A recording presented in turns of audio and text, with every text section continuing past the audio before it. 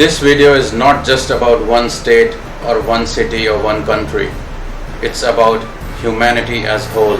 आज मैं 5 ऐसे टॉपिक आपके सामने लाने जा रहा हूं जो ना केवल आपको हैरान करेंगे बल्कि सोचने पे मजबूर कर देंगे कि आप फ्रीडम ऑफ स्पीच को कितना इंपॉर्टेंस देना चाहते हैं और जस्टिस के लिए आप कहां तक जा सकते हैं। यकीन मानिए आप जो चीज़ें जानते हैं आप सच्चाई से बहुत दूर हैं। और वो 5 टॉपिक हैं 5G technology, mainstream media, economic crisis, vaccine और freedom of speech, the things that has been kept at a distance from you. Let's take a look.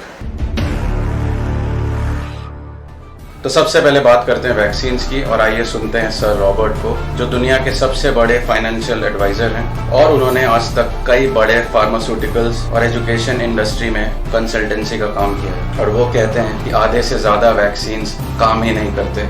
People started playing games and now the game is out of control. They criticize vaccines. And I've studied vaccines. I kind of know what they do. The primary reasons vaccines are so profitable is because when they brought them out, you cannot be sued. The drug big pharma cannot be sued for any failure of the vaccine. So the vaccine kills 10 million people. You know, the drug company, ABC, Big Pharma, i.e. Merck and those guys, they can't. आगे बढ़ते हैं अपने दूसरे topic पे जो है main stream media. और अब ये बात बाहर तक देशों में जा चुकी है कि पिछले 7 सालों में इंडियन न्यूज का क्वालिटी धीरे धीरे गिरता जा रहा है। Digital platforms, whether it's The Wire, whether it's The Quint, they are the ones who are doing actual journalism. As I said, mainstream news channels, whether news papers or TV news channels, are under a lot of pressure from the ruling government. But a lack of viable funding models means the future of these portals hang in the balance. And with a deficit of critical voices to hold the powers that be accountable, there's plenty at stake. Will a lack of media freedom lead to the death of democracy in India?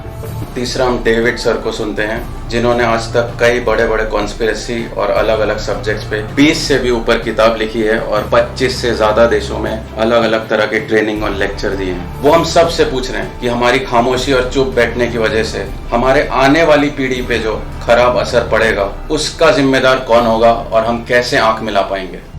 You go and look at your children and your grandchildren in the eye and you justify to them you doing nothing.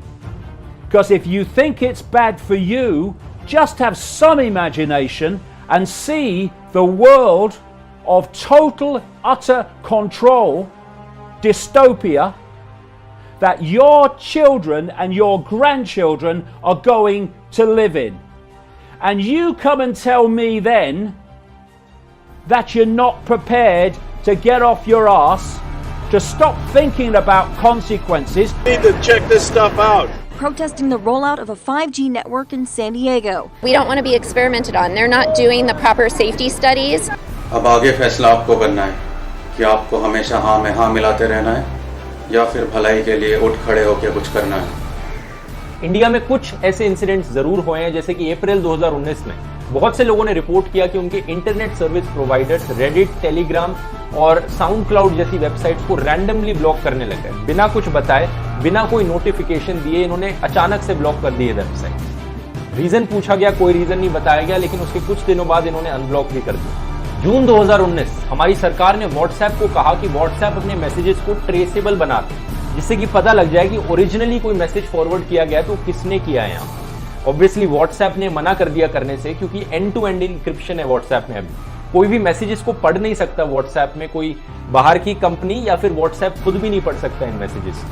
लेकिन Indian government ये कराना चाहती थी, क्योंकि वो कहती है fake news को कम करने के लिए। Basically every social media platform under the sun that have banned me, they're coming after me, they're coming after my company and coming after my reputation, but I'm here to fight for basically a fundamental human right, which is freedom of speech, freedom of press, and it's being taken away from us in these strange times. 5G technology और economic crisis, जिसमें हमसे ये कहा जा रहा है कि कई देशों में अब धीरे धीरे लोग जागरूक हो रहे हैं कि हमें 5G की उतनी ज़्यादा ज़रूरत नहीं है, अगर 4G अच्छे से मिले तो वही काफ़ी है।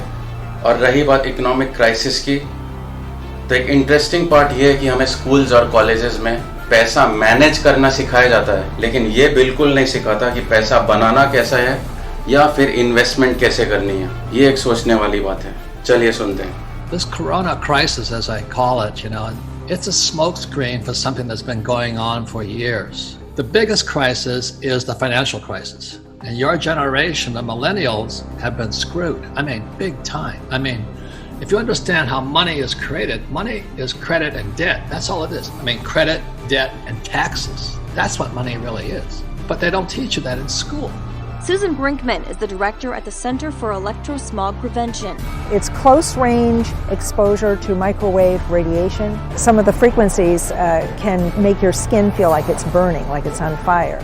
She says not only will 5G increase radiation, but the number of cell towers will also go up. They're putting them on light posts, and they want to put them every 200 to 300 feet for 5G. You will only express your true, unique self if you refuse to let anyone impact and suppress that expression of your true, unique self.